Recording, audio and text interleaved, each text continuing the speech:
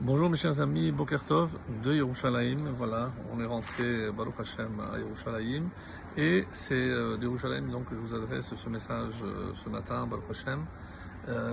Concernant toujours la suite, on va poursuivre avec Michelet et on va voir aujourd'hui lorsque le roi Salomon nous dit quel est le comportement qu'on doit avoir à l'égard des gens qui ne nous aiment pas. Donc on avait terminé sur ce point-là et aujourd'hui donc on va voir ensemble la suite. Juste pour rafraîchir la mémoire, puisqu'on avait fait une petite interruption, on avait fini avec le verset 21 qui disait « Si ton ennemi a faim, donne-lui à manger. S'il a soif, donne-lui à boire. » Donc tu ne peux pas garder rancune, même avec celui qui ne t'aime pas, donc tu dois rester courtois, aimable et gomel chesed. Et pourquoi? Car, et ça dépendra comment on va traduire, on peut dire atachoté, tu retires, car tu retires des braises sur sa tête pour qu'il ne se brûle pas. Alors pourquoi je devrais le nourrir? Pourquoi je devrais le donner à boire? Est-ce que si je l'avais vu avec des braises sur la tête, je l'aurais laissé prendre feu? Non, même au risque moi de me brûler les mains, mais évidemment je ne vais pas le laisser se brûler, donc j'aurais ôté ces braises. Vachem yeshalem lach. Et même s'il ne va pas te dire merci, même si malheureusement on le sait, la majorité des gens a tendance à être ingrat, mais ce n'est pas une raison pour ne pas faire ce que l'on doit faire, pour faire notre devoir de gomel chesed, d'être bon avec les autres.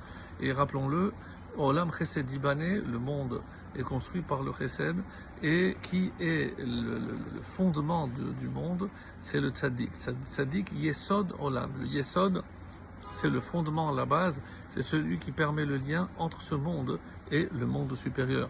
Donc c'est lui, et le plus chacham étant le roi Salomon, donc on se doit de l'écouter. Et n'attends pas une récompense de cette personne, mais tu auras une récompense, mais elle viendra directement du patron. Vachem yeshalem lach, et c'est Hachem qui te récompensera. Donc ça c'est une première explication et qui va évidemment avec ce qui précède. Pourquoi alors que je sais qu'il ne m'aime pas, pourquoi je devrais le nourrir, pourquoi s'il a soif je devrais lui donner à boire?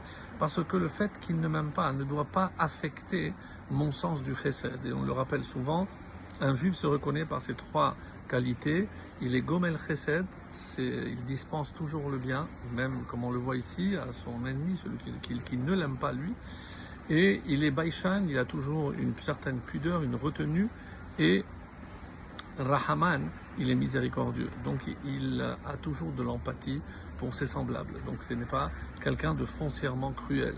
Et c'est pour ça que ici c'est un travail pour justement travailler sur ces midotes-là, pour les appliquer coûte que coûte, pour garder notre véritable essence. Kaf Gimel, le verset 22. Ruach Tzafon techolel Gashem. Le vent du nord engendre l'averse, la pluie. Ufanim nizramim leshon sater. Et une langue sater, dissimulatrice, qui parle en cachette, qu'est-ce qu'elle engendre? Panim nizramim. Alors ici, les Chachamim ont expliqué les différents commentaires qu'il s'agit des visages courroucés, en colère. Alors, quel est le parallèle? Quel est le nimshal? Quelle est la parabole et ce que l'on apprend de cette parabole? Alors, certains ont voulu dire, qu'est-ce que le vent du nord apporte? Donc, de l'averse. Mais est-ce que c'est bien? Non. Parce qu'il s'agit d'un moment où la terre n'a pas besoin d'averse. Donc, même si en temps normal, cette averse aurait pu être bénéfique pour le reste de la moisson, de la récolte, mais il n'est pas question ici parce que ça a une connotation négative. De la même façon, la shon sater, quelqu'un on dit qui parle du la shon hara, qui va parler du mal de quelqu'un, qu'est-ce que ça va entraîner? Des visages courroucés. Évidemment, lorsqu'il va apprendre ce qu'il a dit sur lui, et il va s'énerver contre l'autre, comment tu as entendu et tu n'as pas réagi.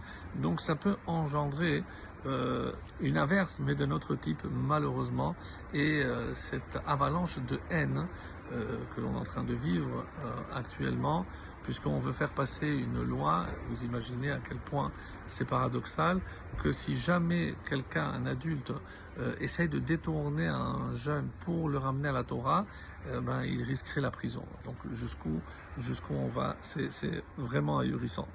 Donc c'est la preuve que le Mashiach est vraiment très proche. En tout cas, ça, c'est le verset 23, et je termine avec le verset 24, puisque c'est une redite, on l'a déjà vu.